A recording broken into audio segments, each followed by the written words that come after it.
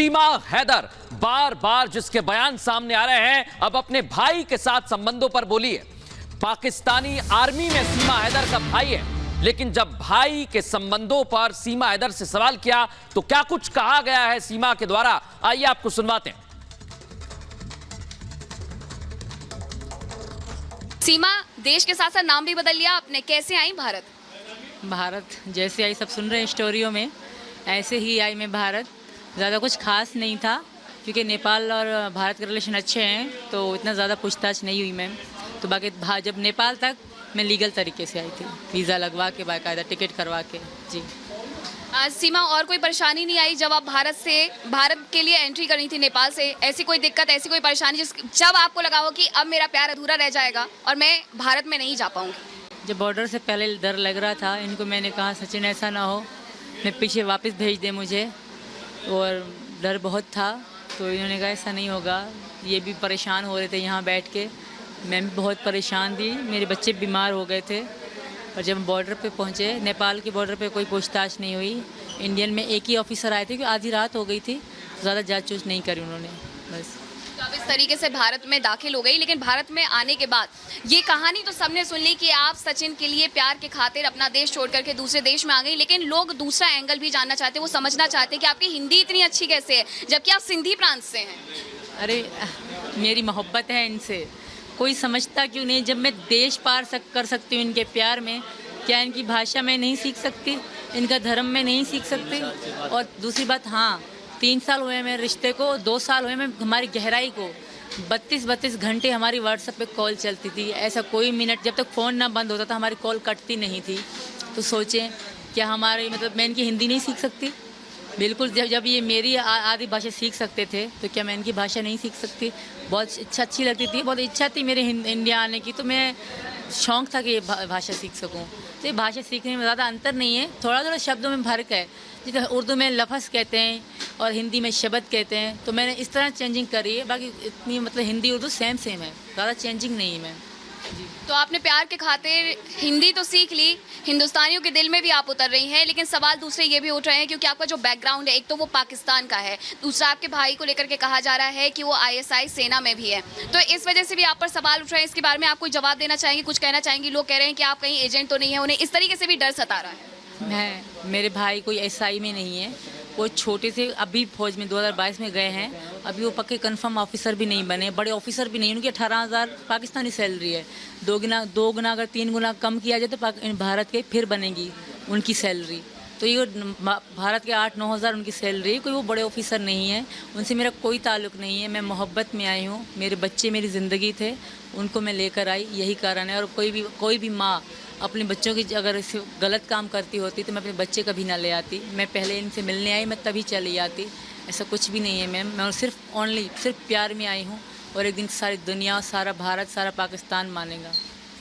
प्यार की खातिर देश को भी छोड़ दिया, लेकिन अपनों को भी कहीं ना कहीं छोड़ा है।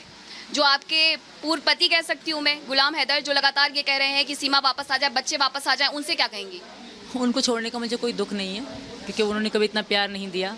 बहनों को छोड़ने का दुख ज़रूर है, बहनें होती हैं। मुझे अपनी बहनें बहुत प्यारी हैं, छोटी बड़ी दोनों। और मेरी बहन को पता नहीं लड़का हुआ है कि लड़की, क्योंकि 9वां महीना वो प्रेग्नेंट थी।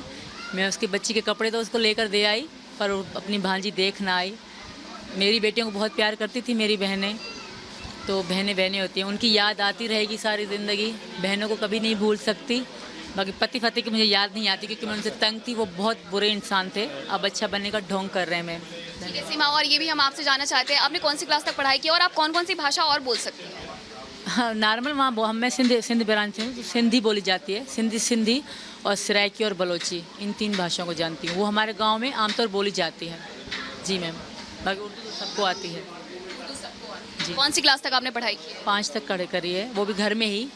सरकार की तरफ से टीचर भेजी जाती थी घरों में। बेनज़ीर भुट्टो जी जो वहाँ थी पहले, उनकी तरफ से टीचर भेजे जाते, उन्होंने मुझे पढ़ाया था, वहीं हम पढ़े थे, मैं, मेरी 2 बहनें भी।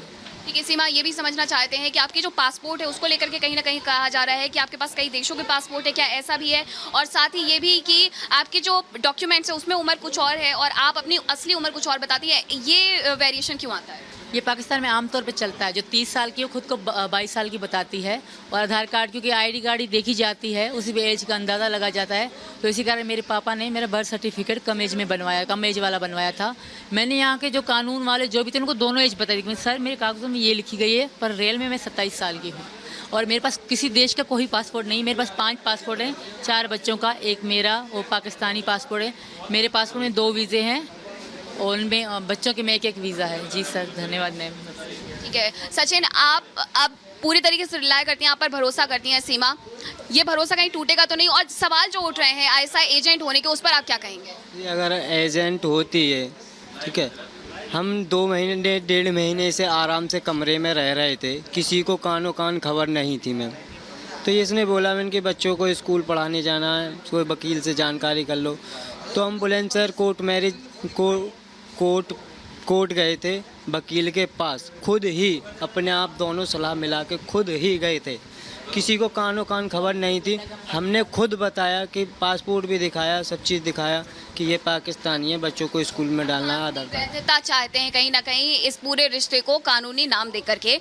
लेकिन सीमा, यहाँ पर सवाल ये भी उठ रहे हैं कि आपने अपनी संपत्ति शायद पाकिस्तान की बेची और उसके बाद आप आई, ये सच्चाई है या नहीं है? संपत्ति में क्या था, इतना सा घर था, यहाँ से कमरे तक घर था, इतना बड़ा घर नहीं था, वो मेरा था, मेरे नाम से था, तो वही मैंने बेचा। इसके अलावा कुछ नहीं। मेरी मम्मी का सोना ये रहा, एक ये है, एक ये छोटे हैं, एक रिंग है, वो रखी है अंदर। इसके अलावा कुछ भी नहीं था, ना कभी हैदर ने मुझे सोना बनवा के दिया, ना ही कुछ। और बाकी जो उनका सामान था, चीज़ें थी, फ्रिज LD वगैरह सब उनकी वहाँ घर में पड़ी हुई है। जो मेरा था मैंने वो बेच के मैं आ गई। मैं आपके हाथ पे ये निशान जो हैं, क्या ये समझे जाए कि ये बर्बरता की निशानी है, ये पहले के निशान है? मोहब्बत की निशानी है, हमारी लड़ाई की निशानी है, क्योंकि इनके अलावा मेरा कोई नहीं था। ये बिलोंग करते थे तो बहुत बुरा लगता था, तो मरने को मन करता था।